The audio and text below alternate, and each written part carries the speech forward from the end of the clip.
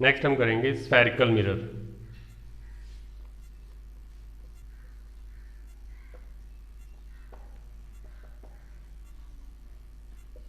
ठीक है, spherical mirror क्या होता है? Spherical mirror is a part of a hollow sphere. तो हम इसको डिफाइन कर सकते हैं। Spherical mirror are part of hollow, hollow means खोखला, हॉलो स्फीयर। ठीक है, स्फेरिकल मिरर जो है खोखले गोले का पार्ट होते हैं। हम एक हॉलो स्फीयर लेते हैं,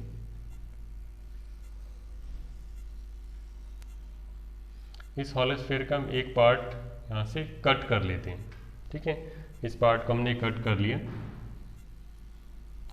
it is A part of hollow sphere, खोखला गोला है। ठीक है, अब हमारे पास दो ऑप्शन है। हम इसके बल्जिंग सरफेस पे पॉलिश कर सकते हैं सिल्वर की। ठीक है, ये वाला सरफेस जो है ये कैसा है? बल्जिंग, बाहर की तरफ निकला हुआ। ठीक है, और ये वाला सरफेस कैसा है? बेंटिन, अंदर की तरफ मुड़ा हुआ।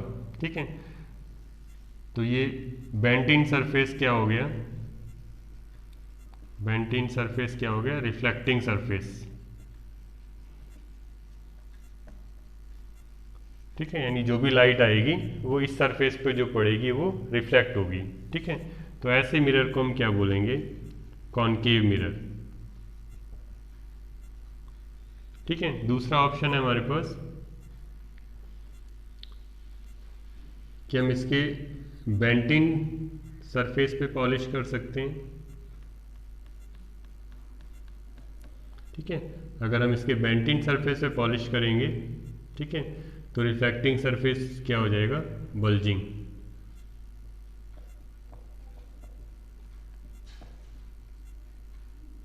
ठीक है, बल्जिंग।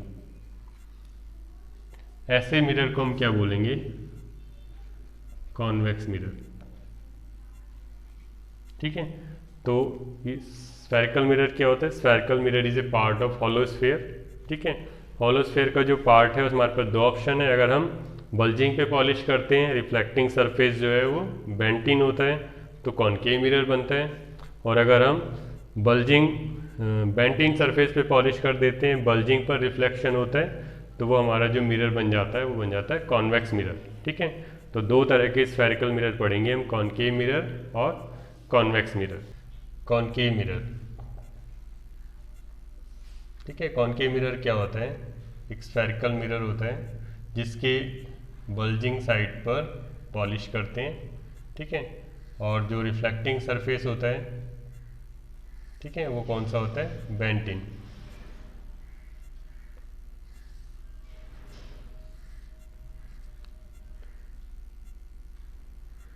ठीक है, ये इंसिडेंट रेज हैं, तो जब इसके ऊपर पड़ती हैं तो ये क्या करता है? इनको बेंड कर देता है। ठीक है, रिफ्लेक्शन के बाद एक ही जगह पर कन्वर्ज हो रही हैं। ठीक है, तो convex concave mirror converge rays of light. ठीक है, so it is called converging mirror. ये लाइट रे को कन्वर्ज कर देता है, इकट्ठा कर देता है, इसलिए इसको हम कन्वर्जिंग मिरर भी बोलते हैं। ठीक है, और image formed in a concave mirror is magnified. जब भी इमेज बनेगी इसमें तो मैग्नीफाइड होगी, मैग्नीफाइड का मतलब लार्ज। ठीक है, इसका यूज़ कहाँ पर होता है? It is used by dentist and as shaving mirror. इसको हम शेविंग मिरर के रूप में यूज़ कर सकते हैं, और इसके जो डेंटिस्ट हैं वो दांतों को देखने के लिए यूज़ करते हैं। ठीक है, इसको हम कन्वर्जिंग मिरर भी कहते हैं, क्योंकि लाइट को क्या करते हैं, ये यहाँ पर जो लाइट है वो क्या हो गई है, कन्वर्ज हो गई है। ठीक है, कन्वर्ज का मतलब इकट्ठा हो गई है। ठीक है, जो सेकेंड लेंस है हमारा मिरर है, कॉन्वेक्स मिरर। ठीक है, ये क्या करता है,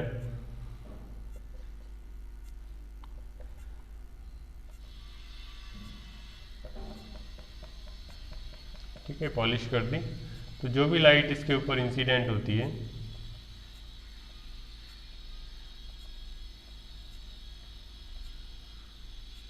ये उसको क्या करता है, डाइवर्ज कर देता है, फैला देता है। ठीक है, ये क्या करता है, लाइट को डाइवर्ज करता है, फैला देता है।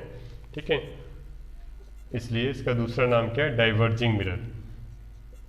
तो हम लिख सकते हैं convex mirror diverge rays of light, so it is called diverging mirror. So it is called diverging mirror। और इसमें जो इमेज बनेगी वो हमेशा छोटी बनेगी। Image formed is diminished. ठीक है, डिमिनिश्ड का मतलब स्मॉल, हमेशा छोटी इमेज बनेगी। और इसका यूज़ होता है व्हीकल्स में। It is used in automobiles as rear view mirror. ठीक है, पीछे का देखने के लिए जो गाड़ियों में शीशा लगा होता है, मिरर लगा होता है, वो कॉन्वेक्स होता है। ठीक है, उससे क्या होता है, इमेज छोटी बनती है और एक बहुत बड़ा व्यू जो है पीछे का दिखाई देता है। नेक्स्ट हम करते हैं some terms related to spherical mirrors.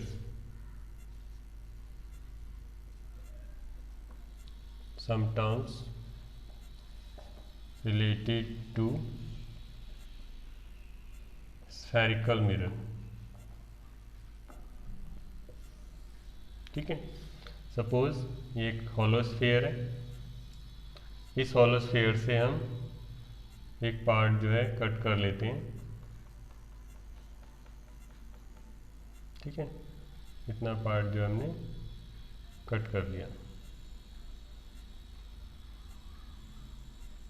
और इस पर सिल्वर की पॉलिश कर दी। ठीक है, तो सबसे पहला टर्म होता है इसका सेंटर, इसको बोलते हैं सी।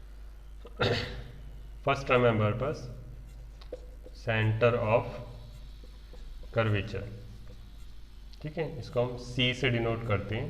ये क्या होता है, it is centre of hollow sphere whose part is the mirror। Mirror जिस गोले का, जिस स्फीयर का पार्ट है, उस स्फीयर के सेंटर को हम क्या बोलते हैं, सेंटर ऑफ कर्वेचर। इसको हम सी से डिनोट करते हैं। ठीक है, इसको हम सी से डिनोट करते हैं। नेक्स्ट हम है फिर पी।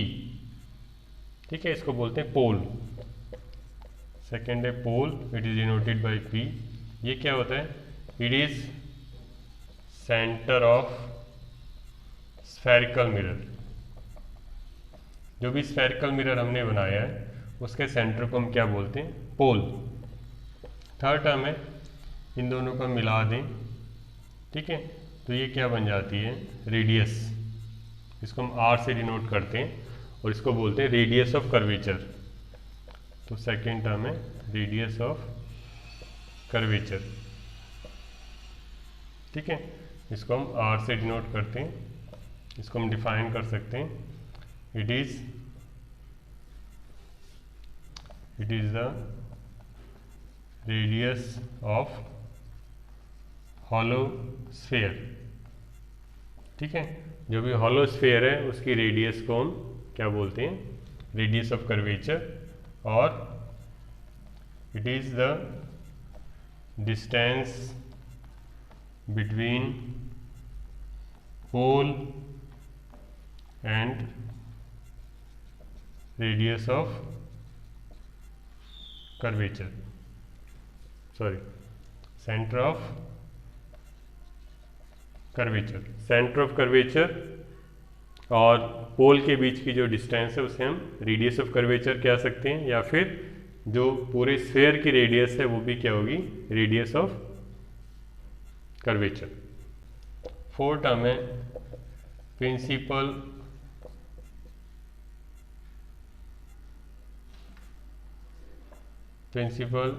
एक्सिस। ठीक है, प्रिंसिपल एक्सिस क्या होता है? प्रिंसिपल एक्सिस एक इमेजिनरी लाइन है which passes through pole and centre of curvature. ठीक है, तो it is a line which passes from pole and center of curvature। ठीक है, पोल और सेंटर ऑफ कर्वेचर से जाने वाली लाइन क्या कहलाती है? Principal axis. तो ये वाली जो लाइन है ये क्या है? Principal axis.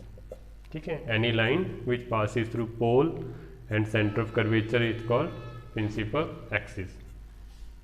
नेक्स्ट हम करते हैं प्रिंसिपल फोकस। ठीक है, प्रिंसिपल फोकस क्या होता है? For concave mirror. ठीक है, कॉनकेव मिरर बनाते हैं, ये कॉनकेव मिरर हो गया, इसका पोल हो गया, ये प्रिंसिपल एक्सिस हो गया। ठीक है, ये सेंटर ऑफ कर्वेचर हो गया। ठीक है, तो जो भी लाइट रेज आती हैं वो क्या होता है, रिफ्लेक्शन के बाद एक पॉइंट पे मिलती हैं। इस पॉइंट को हम क्या बोलते हैं? फोकस। ठीक है, तो हम डिफाइन कर सकते हैं, it is a point where all the rays meets after reflection. ठीक है, तो प्रिंसिपल फोकस कॉनकेव मिरर क्या होता है कि एक ऐसा पॉइंट जहाँ पर रिफ्लेक्शन के बाद सारी रेज मिलती हैं, तो उसको हम क्या बोलते हैं? Principal focus. B, for convex mirror. ठीक है, कॉन्वेक्स मिरर में हम क्या करते हैं? ठीक है, ये प्रिंसिपल फोकस है, ये पोल है। ठीक है, ये सेंटर ऑफ कर्वेचर है, ये इंसिडेंट रे गई। ठीक है, डाइवर्ज हो गई, ये इंसिडेंट रे गई, ये भी डाइवर्ज हो गई। ठीक है, तो हम क्या करते हैं, जो भी रिफ्लेक्टेड रेज हैं उसको पीछे की तरफ एक्सटेंड करते हैं, और जहाँ पर ये मिलती हैं उसको हम क्या बोलते हैं? फोकस। तो इसमें हम डिफाइन कर सकते हैं, it is a point where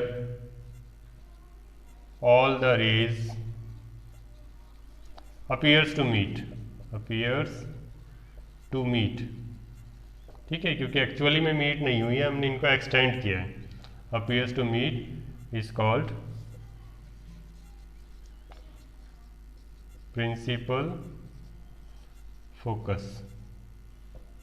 ठीक है, तो कॉनकेव के लिए हमने अलग से डिफाइन किया, कॉन्वेक्स के लिए हमने अलग से डिफाइन किया, तो हम इनको मिला के भी लिख सकते हैं।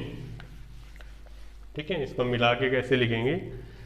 मिला के हम लिख सकते हैं प्रिंसिपल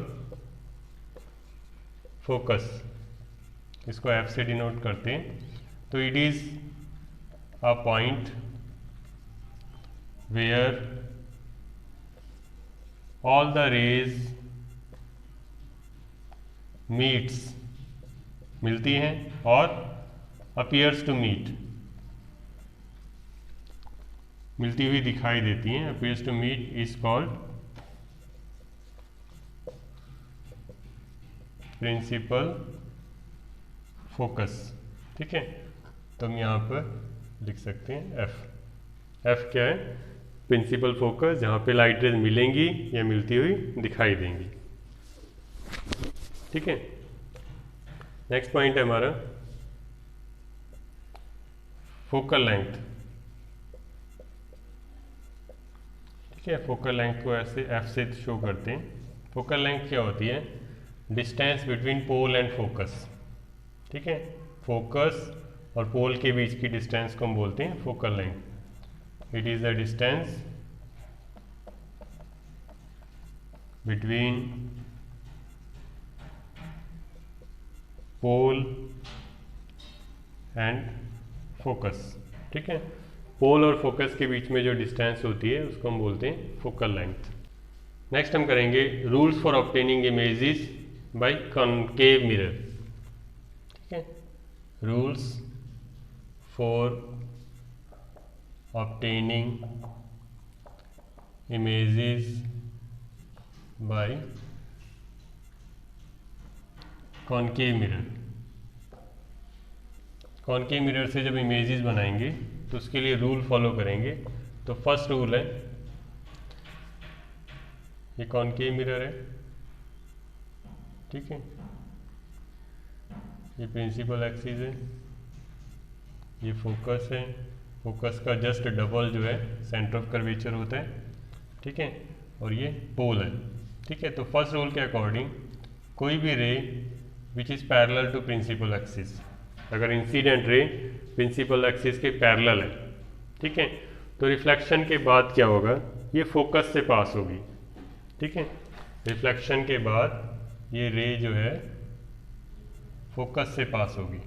ठीक है, तो हम लिख सकते हैं फर्स्ट रूल में, व्हेन इंसिडेंट रे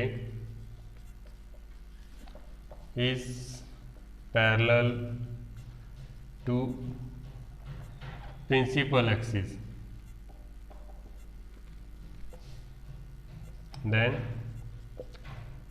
it passes from focus after reflection। Reflection के बाद फोकस से पास होगी। सेकंड,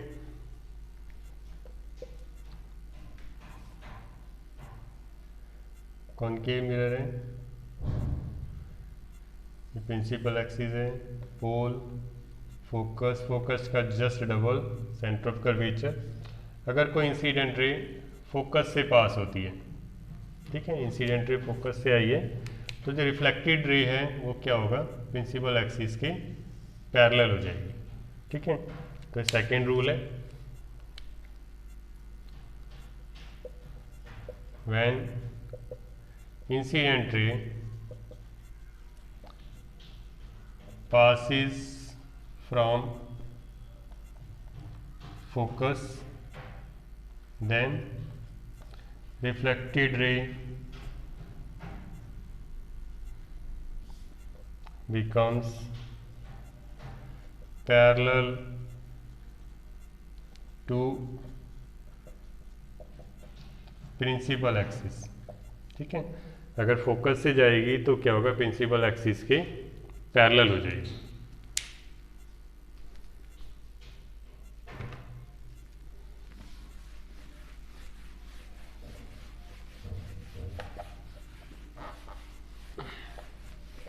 थर्ड, ये कॉनकेव मिरर है, ये प्रिंसिपल एक्सिस है, ये पोल, फोकस, फोकस का just double centre of curvature. तो थर्ड रूल में क्या होता है, अगर कोई रे सेंटर ऑफ कर्वेचर से पास होती है तो ये रिफ्लेक्शन के बाद इसी रास्ते से वापस चली जाएगी। ठीक है, सेम पाथ को फॉलो करेगी। ठीक है, तो हम लिख सकते हैं, व्हेन इंसिडेंट रे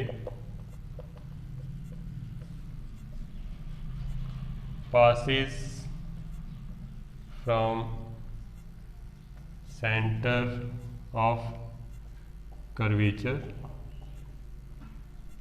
then it returns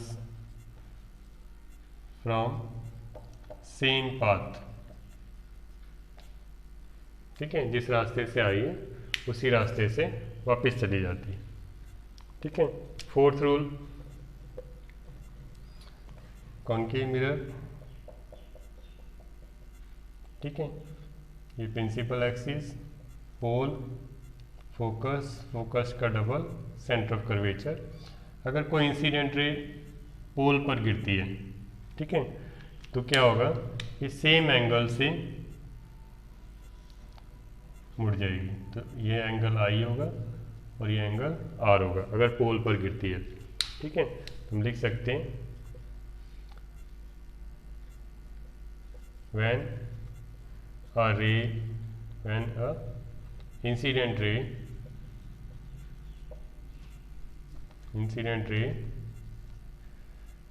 falls on pole, ठीक है, then reflected ray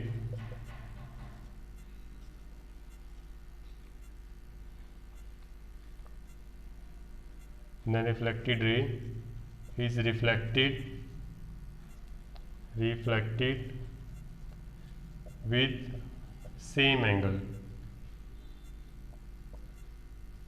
ठीक है। यहाँ पर angle I is equal to angle R, ठीक है। तो ये 4 रूल जो हैं फॉलो करने पड़ते हैं हमें इमेज बनाने के लिए, जो कि हम नेक्स्ट क्लास में बनाएंगे कि किस तरह से हम कॉनकेव मिरर से इमेजेस बना सकते हैं।